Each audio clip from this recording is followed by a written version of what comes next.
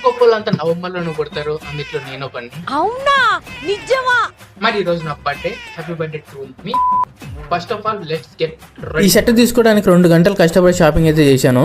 మరి ఇదే నా బర్త్డే అవుట్ఫిట్. వెనకున్న లోగో ఒకటి నాకు నచ్చలేదు, కానీ మిగతా అంతా నేను గుడికి వెళ్ళి వస్తానని చెప్పగానే ఇంట్లో వాళ్ళు షాక్ అయ్యారు.